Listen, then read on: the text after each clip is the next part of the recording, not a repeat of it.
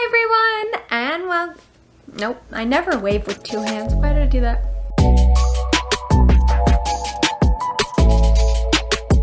Hi everyone, and welcome back to Big City B. I'm B for those of you who are just joining me for the first time. Alrighty, so today's video is going to be my August wrap up.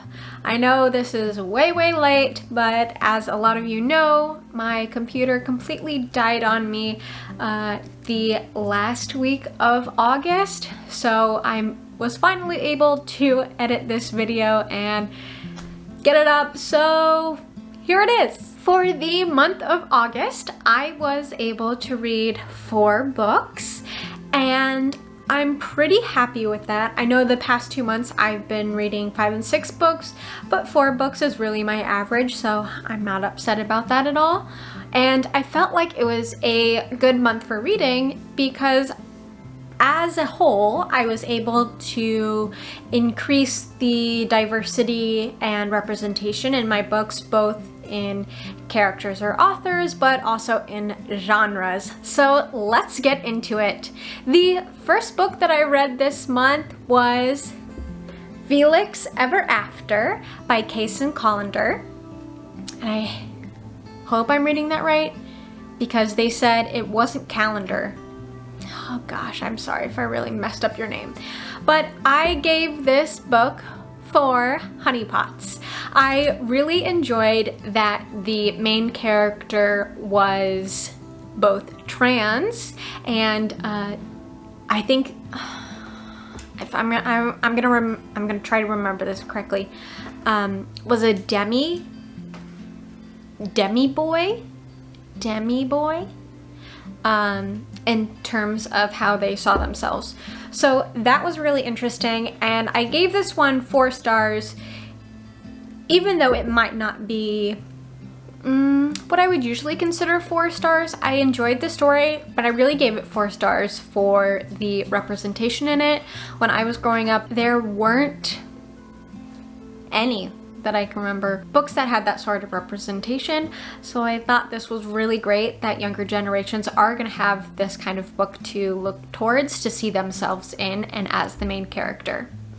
The second book that I read this month was Such a Fun Age by Kiley Reid. I read this one for the Black Cotties Book Club Book of the Month for August. I enjoyed this book a lot, and at first I gave it a 5-star, but after listening to the live talk from the Black Cotties Book Club, I knocked it off a star because a lot of what they were saying about the main character not being fully developed as a person and kind of being just a facade like for a black character, I do agree with, so I ended up knocking down to 4 stars instead of 5. But again, I feel like this book is important to have out there for the public to read, and I feel like this book in some ways targets a white audience in order to present this situation and make it seem so absurd that people will realize if they do it in their own life and have these underlying biases or racist tendencies that they don't even know about.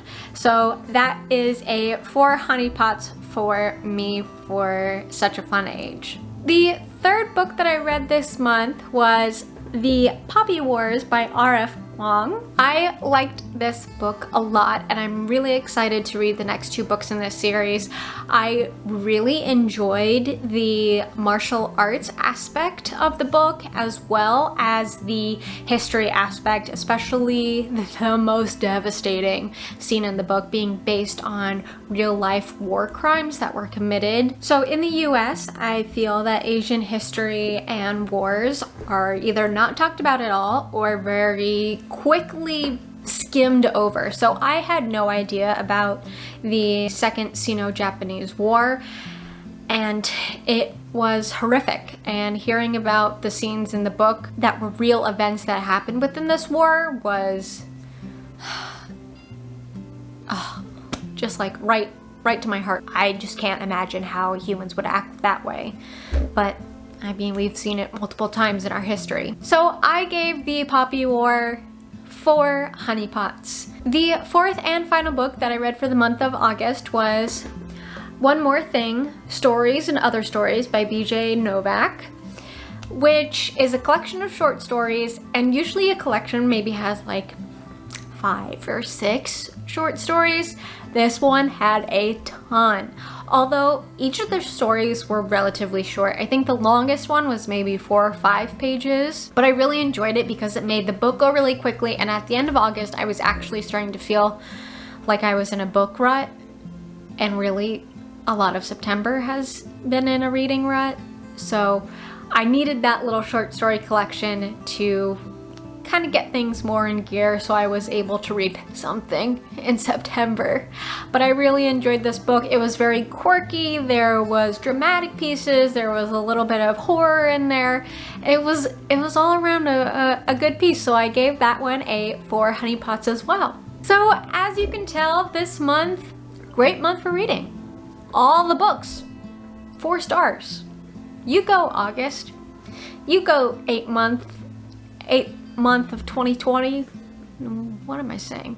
August was a good month. While recording this, I'm halfway into September, so I know I will not have read half as many books as I did in August, unless the last week, 2 weeks of September I really get my butt in gear. But it was good. I think I'm allowed to have a slacking month after a month of all 4-star books. So that's it for my August monthly wrap up. I will see you guys next time. All the best always. Bye.